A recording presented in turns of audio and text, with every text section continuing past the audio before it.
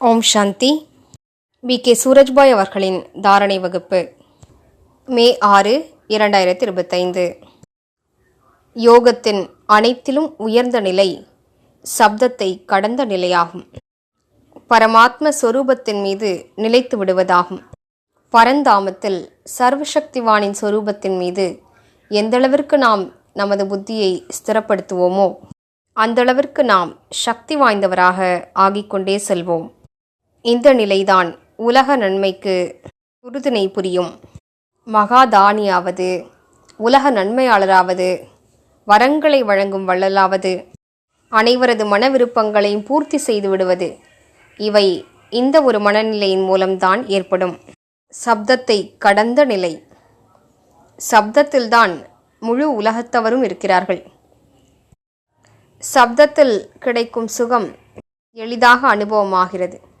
ஆனால் சப்தத்தை கடந்த நிலையில் நிலைத்திருப்பது, பரந்தாமத்தில் புத்தியை நிலைக்கச் செய்வது, இதுவே அனைத்திலும் உயர்ந்த நிலையாகும்.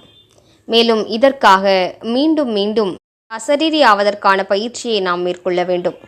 மேலும் நமது வார்த்தைகளையும் குறைவாக பேச வேண்டும். எந்த மனிதரால் தனது வார்த்தைகளையே கட்டுப்படுத்த முடியவில்லையோ அவர் எவ்வாறு உலகை கட்டுப்படுத்துவார்? எனவே நாம் வார்த்தைகளை கடந்த நிலைக்கு செல்ல வேண்டும். இதற்கு மிகுந்த பயிற்சி அவசியமாகிறது. ஆனால் மீண்டும் மீண்டும் பயிற்சி செய்தால் எந்த ஒரு கடினமான வேலையும் கூட சுலபமாகிவிடுகிறது. நாம் மீண்டும் மீண்டும் பரந்தாமத்தில் சிவதந்தையின் ஜோதி சொரூபத்தை காண்போம். அவரது சொரூபம் முற்றிலும் தெளிவாக நமக்கு தென்பட வேண்டும். வேறு எதுவுமே தென்படக்கூடாது. கூடவே நாம் உள்நோக்கு முகமாகவும் இருக்க வேண்டும். சிறிது நேரம் மௌனத்தை பயிற்சி செய்வோம். யாரால் முடியுமோ சில நாட்களுக்கு கூட அவர்கள் மௌனத்தை கடைபிடித்தால் மிக நல்லதாகும். இதன் மூலம் பயிற்சி மிகவும் எளிதாகிவிடும். எனவே வாருங்கள், சப்தத்தை கடந்த நிலையை மீண்டும் மீண்டும் பயிற்சி செய்வோம். சப்தத்தில் வருவது, பிறருக்கு ஞானத்தை கூறுவது, வார்த்தைகளின் ஆனந்தத்தை அனுபவிப்பது, இவற்றை நாம் பல பிறவிகளாக அனுபவித்திருக்கிறோம். ஆனால் இப்போது நமக்கு சப்தத்தை கடந்த நிலைக்கு செல்வதும் சுலபமாகிவிட வேண்டும். சிலருக்கோ நீண்ட நேரம் பரந்தாமத்தில் புத்தியை நிலைக்கச் செய்தால் அவர்களது தலை பாரமாகுவது போன்று அனுபவமாகிறது. சிலருக்கோ மிகுந்த கடினம் அனுபவமாகிறது, தலை வலிக்க தொடங்குகிறது. இதன் காரணம், அவர்கள் நீண்ட காலம் வீணான விஷயங்களை சிந்தித்திருக்கிறார்கள். அவர்களது மூளையின் சக்திகள் குறைந்துவிட்டன. இப்போது புத்தி ஒருமுகப்படுவதில்லை. ஏனென்றால் ஒருமுகப்படுவதற்கு கூட சக்தி தேவைப்படுகிறது. அதனால்தான் தற்கால அறிவியலறிஞர்கள் மனிதர்களை வைத்து நடத்திய சோதனையின் மூலம் என்ன அறிவித்திருக்கிறார்கள் என்றால், எந்த ஒரு மனிதரும் 10 நிமிடங்களுக்கு மேல் ஒருமுகப்பட்டு இருக்க முடியாது என்கிறார்கள்.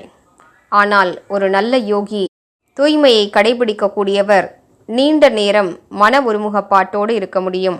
ஏனென்றால் தூய்மை தன்மையின் காரணத்தினால் அவரது புத்தி மிகுந்த சக்தி வாய்ந்ததாக, திறம் வாய்ந்ததாக ஆகிவிட்டிருக்கிறது. எனவே நாம் சப்தத்தை கடந்த நிலையில் நிலைத்திருப்பதற்காக நமது தூய்மையின் சக்தியையும் அதிகரிப்போம். ஏனென்றால் பரந்தாமம் என்பது அனைத்திலும் உயர்ந்த தூய்மையான தாமமாகும். பாபாவும் தூய்மை கடல் ஆவார். மேலும் பரந்தாமத்தில் எந்த ஆத்மா நல்ல தூய்மைத்தன்மையை கடைபிடிக்கக்கூடியவரோ அவரால் தான் நிலைத்திருக்க முடியும். நாம் தூய்மைத்தன்மையை பற்றி பல விஷயங்களை விவாதித்திருக்கிறோம். கவனம் கொள்வோம். வீணான விஷயங்களால் கூட நமது தூய்மையின் சக்தி விரயமாகி கொண்டிருக்கக்கூடாது. சாதாரண எண்ணங்கள் கூட நமது ஆன்மீக சக்தியை குறைத்து கொண்டிருக்கக்கூடாது. எனவே இன்று முழு நாளும் மீண்டும் மீண்டும் ஒரே பயிற்சியை மேற்கொள்வோம். இந்த உடல் வேறு, ஆத்மாவாகிய நான் வேறு. ஆத்மாவின் ரூபம் மிக தெளிவாக தென்பட வேண்டும்.